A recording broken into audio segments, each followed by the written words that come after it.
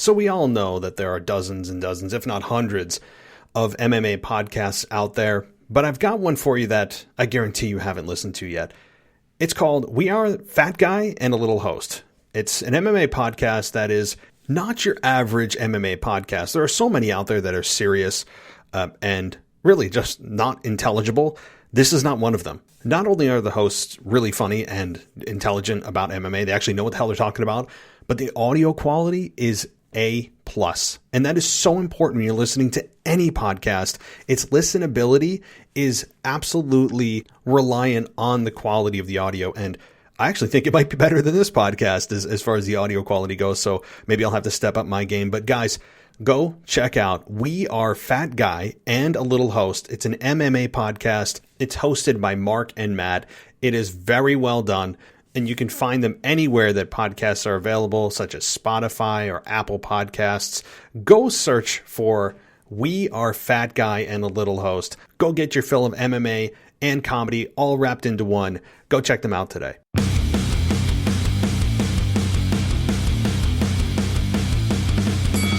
Welcome to the NXT Podcast, your home for weekly NXT reviews and insight. The beautiful part of NXT is that when one dream ends, another dream begins. Find all of your NXT news, recaps, and analysis right here.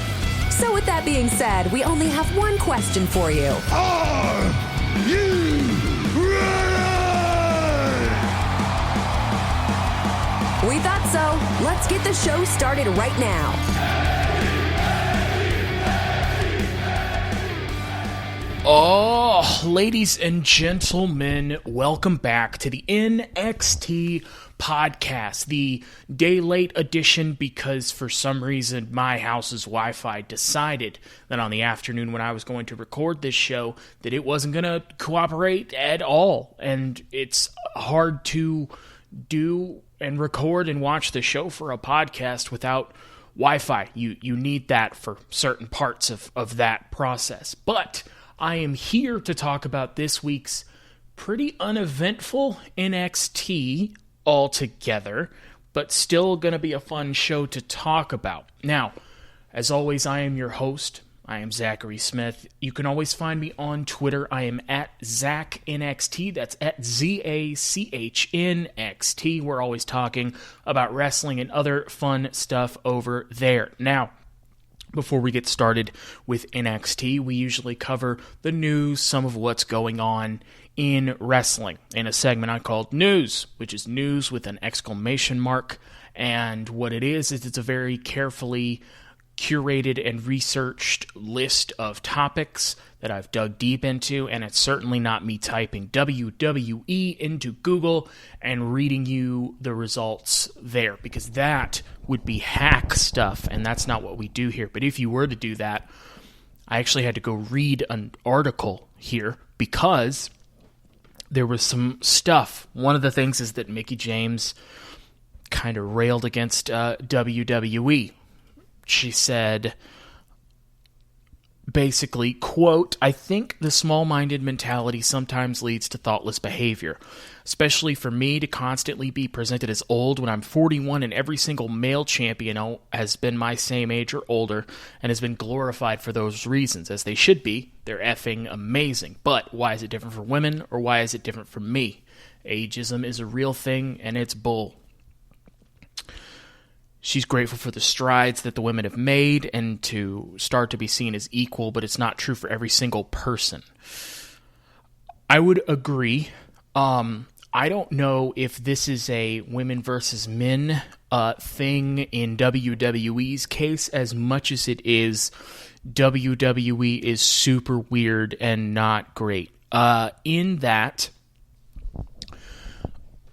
if you are Charlotte Flair or Becky Lynch or Ronda Rousey or now Sasha Banks and used to be Bayley, you're put on this level where age is never mentioned and you're constantly pushed. But if you're like a Mickie James, you'll be called old and fat and not used even though you're amazing.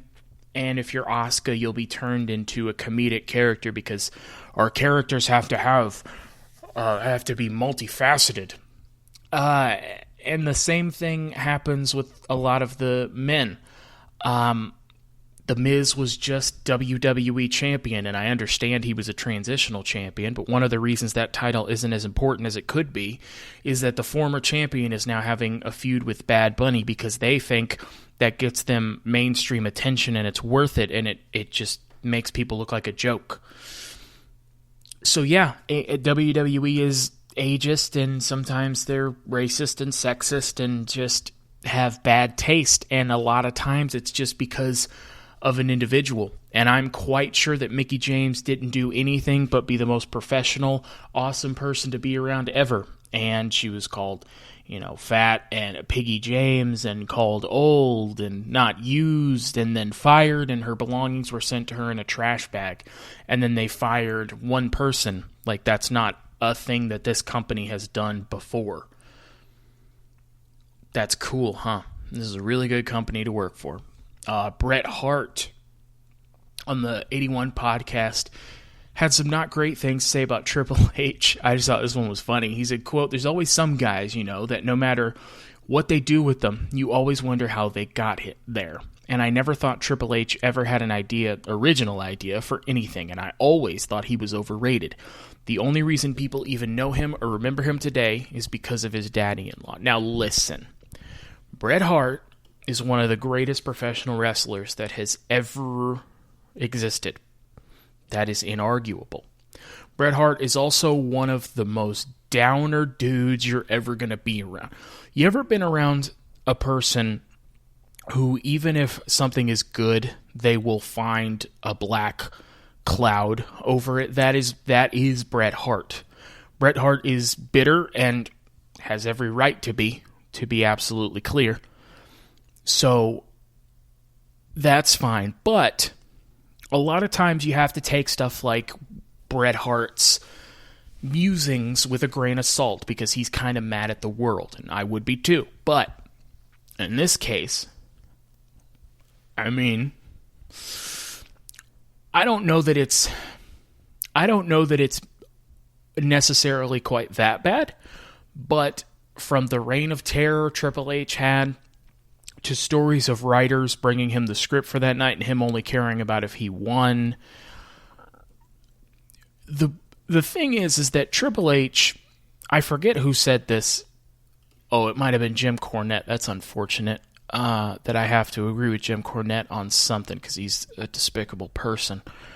But I think he is the one that said Triple H is not and never was the guy. Triple H is the guy that works with the guy. So even during his reign of terror, early 2000s, hypothetically and technically, he was the guy. He was the world heavyweight champion, but he was handed the world heavyweight title, and then he worked with all these people that could have benefited from being world champion but didn't. Early 90s, he worked with Stone Cold, he worked with The Rock, he worked with Mick Foley, but even when they tried to make him the guy, I don't think even Triple H fans would tell you that he was the guy. Even in DX, he wasn't the guy. He's the guy who works with the guy. He used to be able to have a good match with just about anybody, and he surrounded himself with Evolution and Ric Flair to kind of handle some promo stuff for him, because now he's turned into a pretty good promo for what it is, but I don't know that he was ever going to talk people into the building. And he's worked with a lot of the best people that have ever done this, but he's certainly not one of the best people that's ever done this, I don't think. I think that Triple H has done a magnificent job of putting himself in advantageous situations through his relationship with his now wife and his father-in-law, and that has certainly helped. That is to take nothing away from the fact that he is very talented, and he, through whatever means it was achieved, had a physique that certainly Vince McMahon would appreciate. I'm going to let you draw your own conclusions on what kind of workout regimen you would need for that sort of thing. But, I think given the same circumstances, I probably would have done the same thing. But yeah, I think it's probably fair to say that Triple H was never that guy. There wasn't a lot of news, but there was a lot of fun, petty stuff. And the thing you need to know about me is I love petty stuff. But we're here to talk about NXT this week. A little bit of a hangover edition. Not a ton of new happening, just kind of a NXT is this week, and so we have to put out a show. Seems like they had that early boost from Stand and Deliver and moving to Tuesdays because this was totally our idea and not a secession to AEW in any way, shape, or form. And it may have kind of, their momentum rather, may have kind of slowed in terms of they had a lot of really good ideas, and now they're in a little bit more of a holding pattern. Like, we'll have interesting things going on soon, we just don't have them right now. So we all know that there are dozens and dozens, if not hundreds, of MMA podcasts out there, but I've got one for you that I guarantee you haven't listened to yet. It's called We Are Fat Guy and a Little Host. It's an MMA podcast that is not your average MMA podcast. There are so many out there that are serious and really just not intelligible. This is not one of them. Not only are the hosts really funny and intelligent about MMA, they actually know what the hell they're talking about, but the audio quality is A+. And that is so important when you're listening to any podcast. Its listenability is absolutely reliant on the quality of the audio, and I actually think it might be better than this podcast as far as the audio quality goes, so maybe I'll have to step up my game. But guys, go check out We Are Fat Guy and a Little Host. It's an MMA podcast. It's hosted by Mark and Matt. It is very well done, and you can find them anywhere that podcasts are available, such as Spotify or Apple Podcasts. Go search for We Are Fat Guy and a Little Host. Go get your fill of MMA and comedy all wrapped into one. Go check them out today. Welcome back to the WWE Podcast. Let's get back to more great wrestling audio.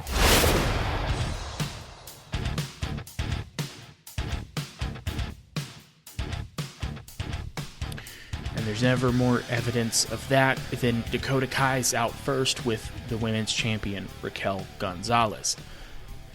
It's weird to me that Raquel is still doing the Diesel bodyguard to Dakota's Shawn Michaels. One, because, and listen, I understand that eventually we're heading for Raquel turning on Dakota or vice versa, so I get that, and I get that there's a pre-established relationship here, but usually the point of a bodyguard storyline, like the Diesel Shawn Michaels one, is that the bodyguard constantly looks out for the smaller wrestler who's very talented but doesn't feel like getting it done on their own,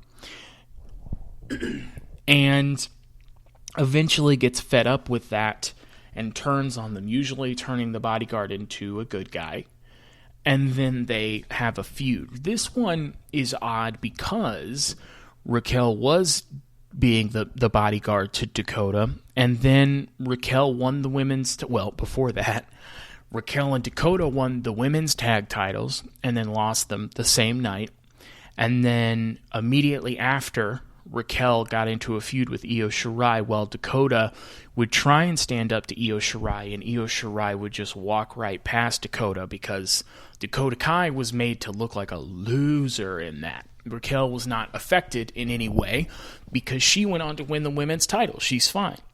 So now you have a situation where it's mostly Raquel helping Dakota win, but Raquel's the women's champion.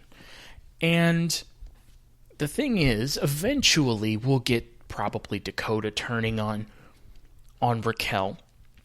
But I have never really cared about Dakota and Raquel as a pair.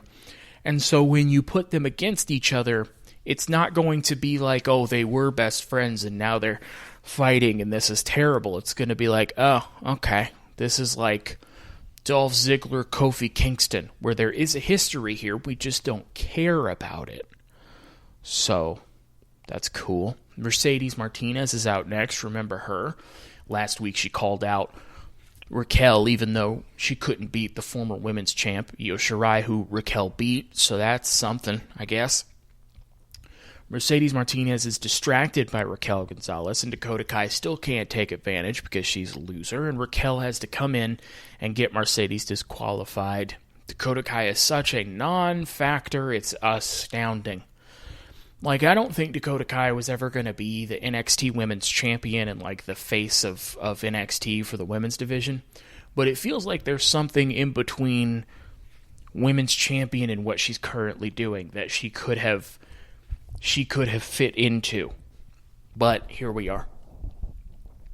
Raquel is beating down Mercedes on the outside now. Dakota does that thing you do when you're not important in a particular segment and gets out of the ring and you barely see her in camera. And then she's back on the side just selling and holding Raquel's title for her. Next, Frankie Monet interrupts an interview with Shotzi and Ember. And I saved you a bunch of time because why would either of us need to know anything about what happened here? Frankie Monet is a bad character. The women's tag titles are dumb and a joke. Shotzi and Ember are great, but this is bad. They get flowers delivered. We're going to find out later that those were supposed to apparently go to Indy Hartwell from Dexter Lumis.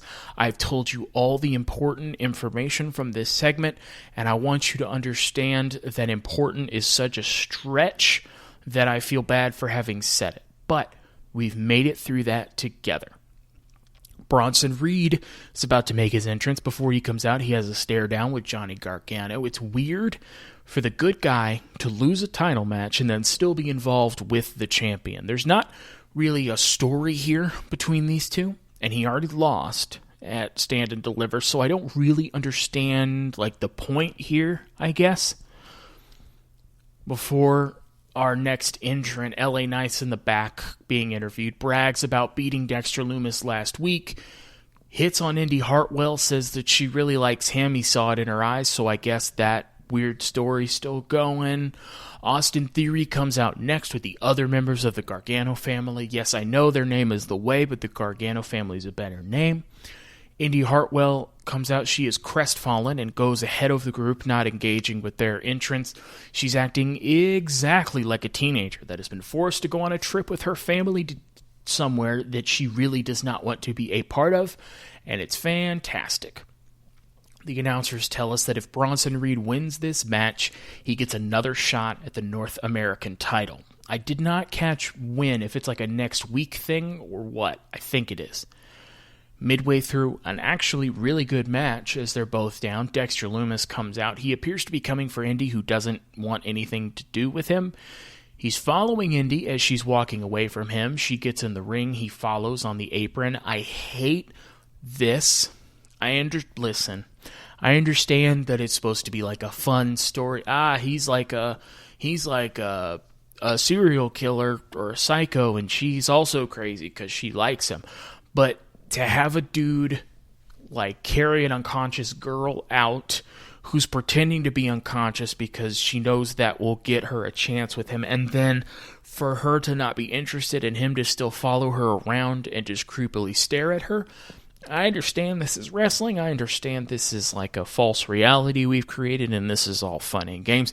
This isn't fun and games to me. This is like creepily following a girl around a bar when she's already told you she's not super into it right now. And I don't know about you, that just kind of bothers me, and so I would love to stop watching it every week. So here we are. Theory is thrown into the ropes. Dexter sees Theory coming, and he pushes Indy out of the way, and he gets hit and knocked off the ring. Bronson Reed takes advantage of that, and he knocks out Johnny on the apron. He knocks out Austin Theory and hits the top rope splash on Theory to pick up the win. So, at some point, Johnny has to defend his title again against Bronson Reed. I see no reason why Bronson Reed would win that title, so I don't know.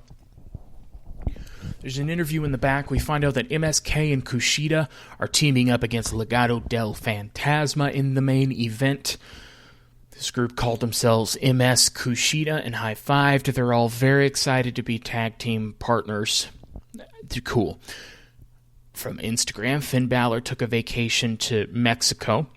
It's a very well-earned vacation, and he's going to be back next week.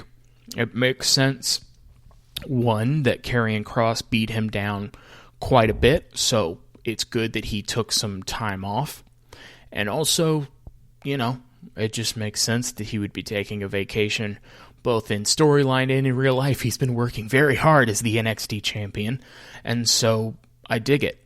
And I like that they're, with this and with Adam Cole later, they're really acknowledging the fact that neither of them have been on TV, and although Finn is taking a vacation, it's also that he had a war with Karrion Kross.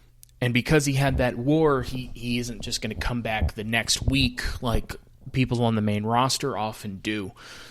He's going on vacation. He's taking a step back, and now you can announce that he's coming back. I like it. It's a small detail, but it's still important. For the second time, we get a vignette of Cameron Grimes in a jewelry store. Now he's admiring a watch, saying he'll just wear it out. And someone off camera says, "That's a nice watch," but shows his watch. He says, "It's not $1 million watch." The camera pans over, and it's Ted DiBiase who laughs in Cameron Grimes' face and walks out of the store. Now, this is a second vignette that started playing. I didn't really pay attention to the first one because nothing happened. Nothing really happened in this one. This didn't have like what you would call a point or like a story, but it was fun. Cameron Grimes is good at this because he's good at a lot of stuff, and it was fun to see Ted DiBiase. He's kind of the perfect guy to use for something like this. It was good to see him. I'm down with it. I haven't seen or heard from Ted DiBiase in a long time. It was a fun little thing. So we all know that there are dozens and dozens, if not hundreds, of MMA podcasts out there, but I've got one for you that I guarantee you haven't listened to yet. It's called We Are Fat Guy and a Little Host. It's an MMA podcast that is not your average MMA podcast. There are so many out there that are serious and really just not intelligible. This is not one of them. Not only are the hosts really funny and intelligent about MMA, they actually know what the hell they're talking about, but the audio quality is A+. And that is so important when you're listening to any podcast. Its listenability is absolutely reliant on the quality of the audio. And I actually think it might be better than this podcast as far as the audio quality goes. So maybe I'll have to step up my game. But guys, go check out We Are Fat Guy and a Little Host. It's an MMA podcast. It's hosted by Mark and Matt. It is very well done, and you can find them anywhere that podcasts are available, such as Spotify or Apple Podcasts. Go search for We Are Fat Guy and a Little Host. Go get your fill of MMA and comedy all wrapped into one. Go check them out today. Welcome back to the WWE Podcast. Let's get back to more great wrestling audio.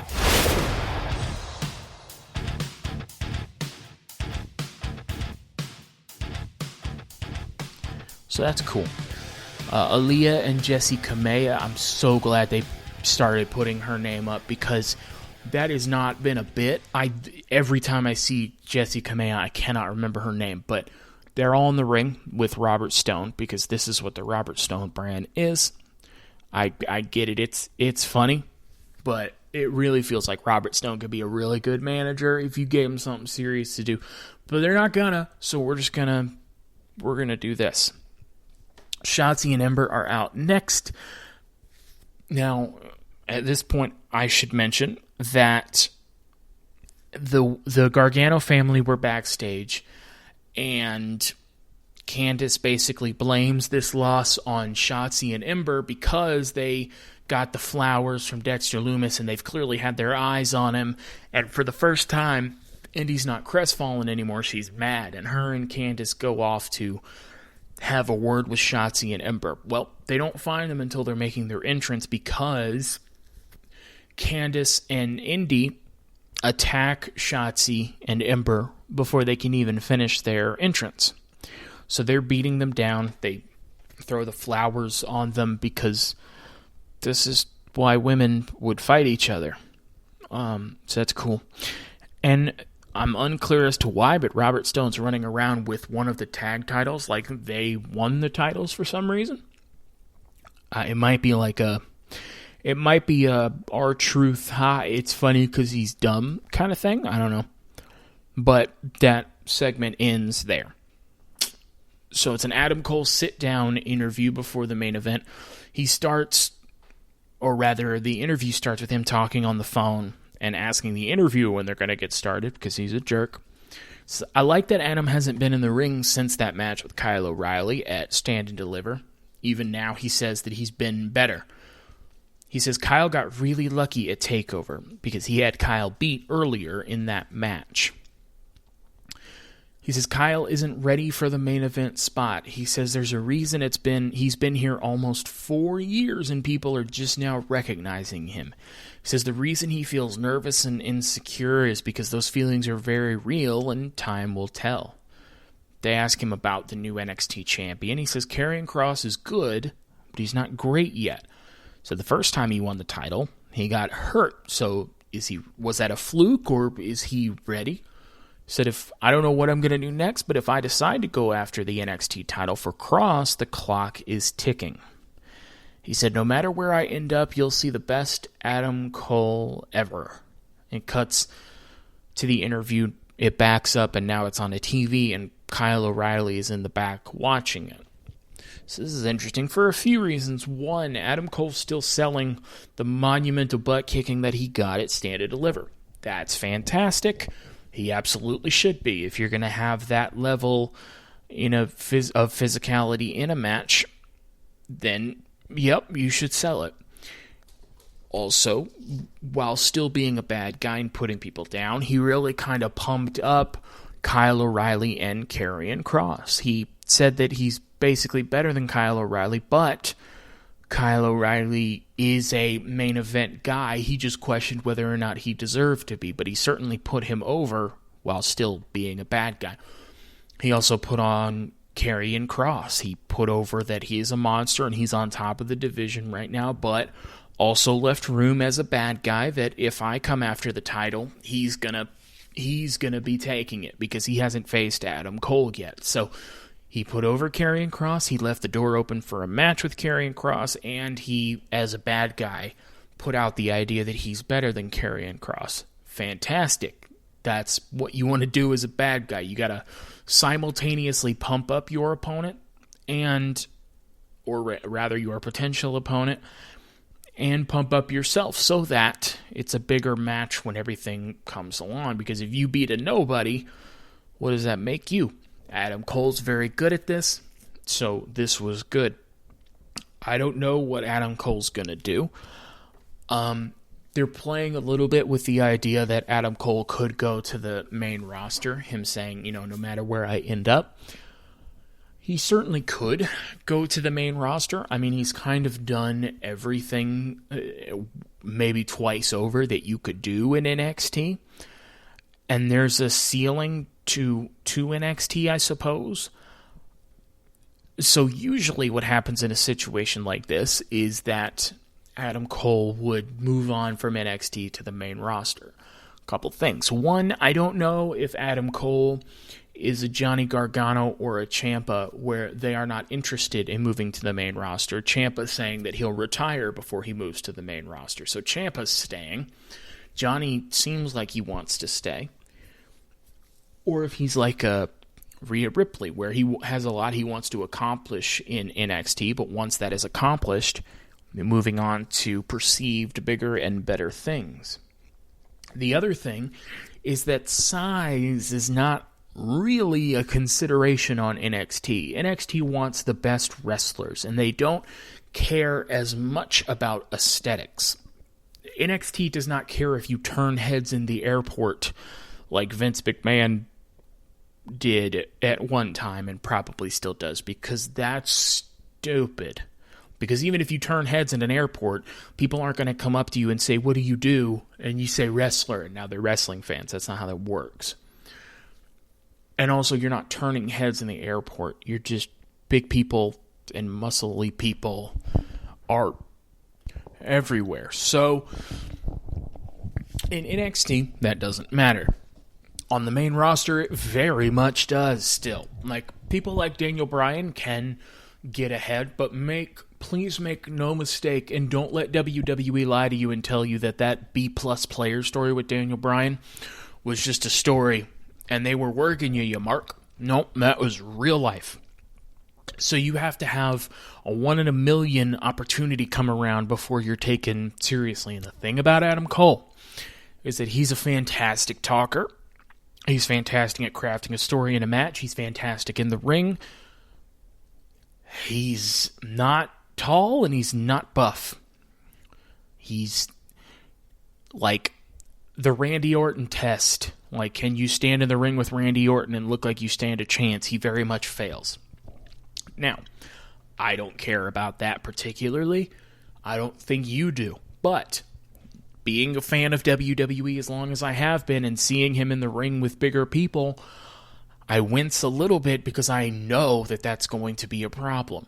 And could he have a Daniel Bryan moment? Sure. But it took a CM Punk pipe bomb for him to have a moment. It took the Yes Movement for Daniel Bryan to have a moment. It took Eddie Guerrero dying for Rey Mysterio to have a moment. And even then, in 2 of those 3, they didn't back it seriously. So, if he goes to the main roster, I don't know how successful he's going to be. Not because of him, because he is more than talented enough. If this were just about talent and presentability and character, he could be WWE champion and, main event WrestleMania with the right story. But you can't believably put him in a ring with Roman Reigns or Bobby Lashley or Apollo or a lot of people, because The Office and some of the fans, and I don't blame the fans for that, aren't going to think it's believable. And to a degree, I get that sentiment, but that's the thing. So, that's all to say, I hope Adam Cole stays in NXT, or more than that, I hope Adam Cole goes where he wants. But if he goes to the main roster, I just hope they give him a chance. So for our main event, Legado del Fantasma are in the ring. They all got new masks. Those are all cool looking. MSK's out next. They are the tag team champions, which is easy to forget because NXT doesn't care a ton about tag teams. They aren't like the main roster who actively dislikes tag teams, but they don't focus on tag teams.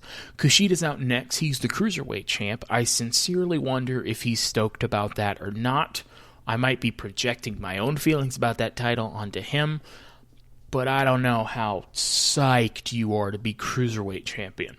But both of these teams work really well together as teams, and all these dudes are good against each other. So this is certainly not a main event feud, but it's a main event match in terms of quality for an episode of television.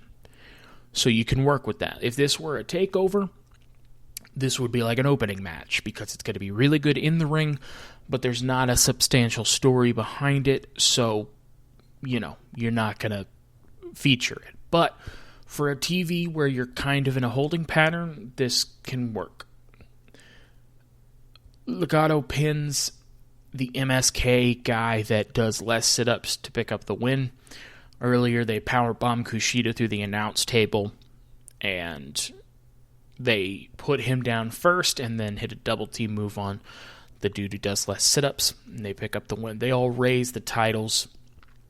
Escobar raises the Cruiserweight title, and the other two raise the tag titles because presumably those are going to be our feuds going forward. So like I said, that was NXT. Kind of a holding pattern episode. We don't have a ton of momentum for anything at the moment, but still some good action in the ring. But as always, let me know what you think. At ZachNXT, at ZACHNXT on Twitter. Let me know what you thought about the show. Let me know who you think are going to be our next challengers for our titles. We've seen some stories start to come together. Who would you like to see? Can anybody tell me what's good or interesting about Frankie Monet? Because I sincerely haven't found anything yet. I don't even dislike her as a bad guy. I just don't care. But let me know over there. In the meantime, that's it for NXT, so that's it for me. I have been Zachary Smith. You have been fantastic, and thank you very much for listening.